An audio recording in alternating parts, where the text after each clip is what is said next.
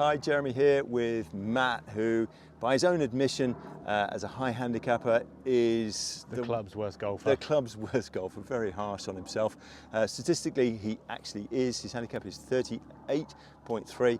After one lesson, though, it's come down by 4 shots, so we're already on the right track. This is lesson 3. We're going to talk about long putting today. And Matt, you've actually preempted this by looking at one of my I have. I've videos. jigged a little bit and had a look. It's very, very helpful. Right, well, let's put you to the test immediately and see how that's gone. Okay. So it's about a 12-yard putt here. And that's gone a bit far, lad. Yeah, a little bit too far. All right, have another go. Okay. Have another go. Less intensity, Matt.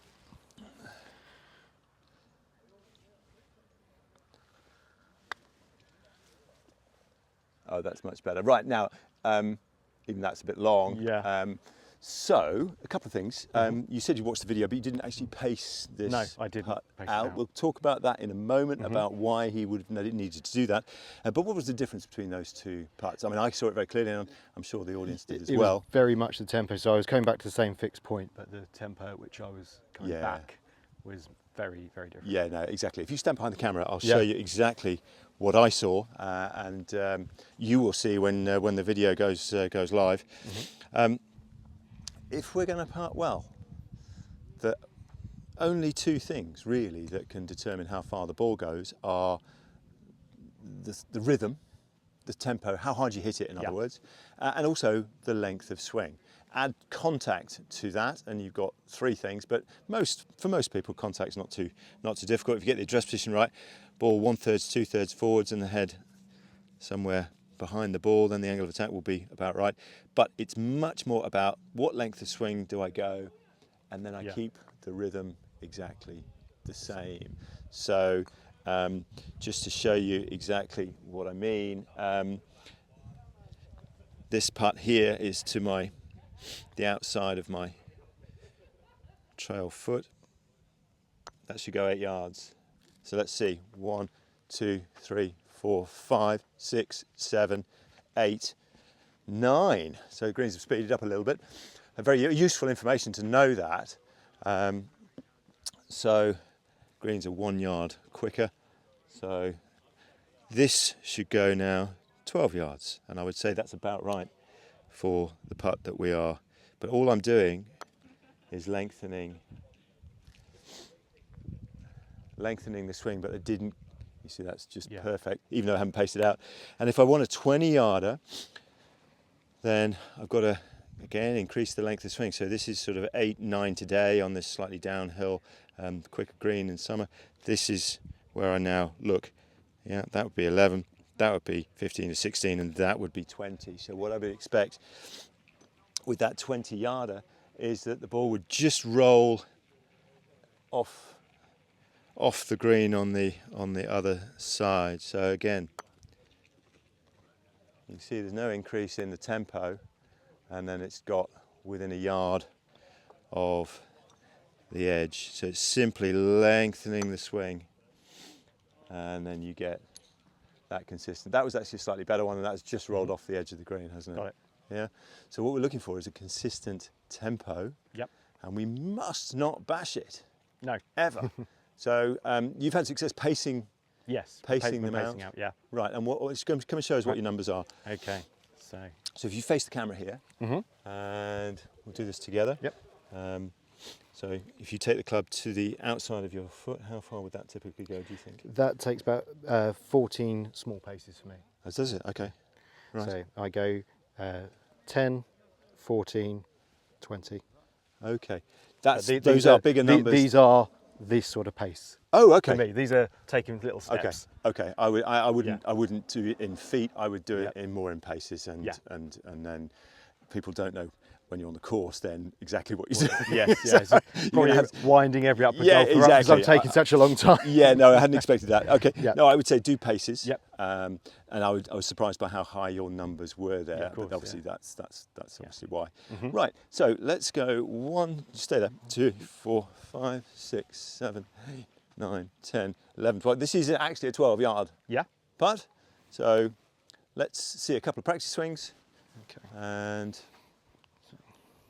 I want to see also a consistent rhythm. That looks a bit short to me. That's better, yes. And steady as you go.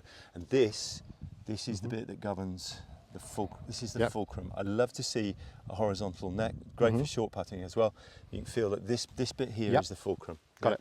And right, let's give that a go. yeah. That's good, yes. Yes. Yes. Yes. Right. Perfect. Right. Now, Matt, one of the most useful shots, I think, is that 20-yarder that I showed you. That is gold. There are so many golfers that are okay to about 30 feet, and then between 30 feet and 60 feet, so 10 and 20 yards, they really have no control. What I really don't like to see is when the backswing is too short for a long putt, because then you know that you have power through it. You have to bash. So your rhythm, if your swing doesn't change enough, your rhythm will absolutely make up for it, and that will give you massive disparities. You've seen with people that you play with that they, once they get past 10 yards, 15 yards, two putting then is almost a lottery, which it is. If you change the rhythm, then you really have no control. So what I'd like to see you do now is make a swing that's long enough and slow enough to control, that just goes to the edge of the green, like I did just a moment ago. So I want to see the end of the club. What we need to see is the butt of the club moving. I'll show the camera that. You see, what we want is this bit moving, this bit here. And if it doesn't, then the wrists start to hinge, and then we get flicky and wristy, and we get all kinds of different results. So, okay. Well done. Yeah, that's really, really lovely, and it's just going to roll an inch off the green, which is exactly what we said we wanted to do. So that's way better than your first putt today in terms of tempo. But you've got to simply trust. It's a bit like this with chipping and pitching. Once we do those lengths as well, and that's actually where I got the idea from. There's a guy called Dave Pelt, sadly died this year. He talked about wedge distances. Yeah, so 9 o'clock and 10 o'clock and this one here, the L swing as I call it, and he was a great one for measuring those partial shots as well. And I thought to myself, I wonder if you could do that with putting, and you can. Obviously this is flat, and you should also practice them uphill and downhill, and then you'll start to read these putts for speed. There's a video which I'll put in the link of a huge big step in our 16th green. It's a two-tiered green, and the step is about this high. I have been punished. That is worth 5 yards. And I know that because I putted my 20-yard putt up it, or my 20-yard stroke up it, and it went 15. So I pasted it off, and I've got the knowledge then that is an add 5 situation. Downhill, sometimes you'll find that your 6-yard putt, let's say, goes 12. But uphill, it won't make such a difference. You'll never find a slope that big that it'll go half.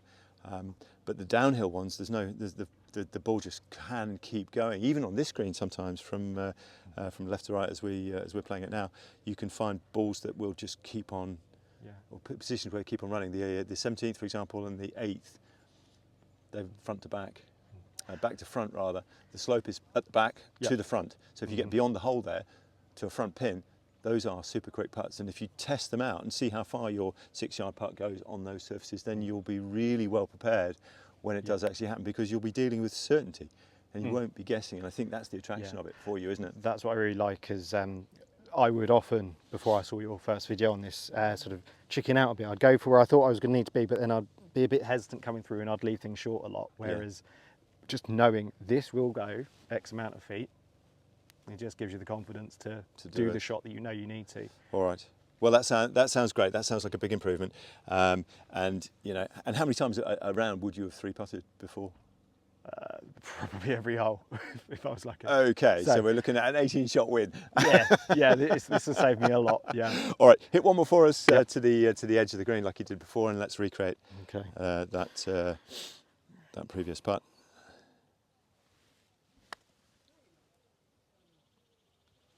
Oh, a bit short today, no? Well, yes, but you see, again, when you make a mistake, then it is, the lovely thing about this is that you can explain it. Yeah. Now, what happened there?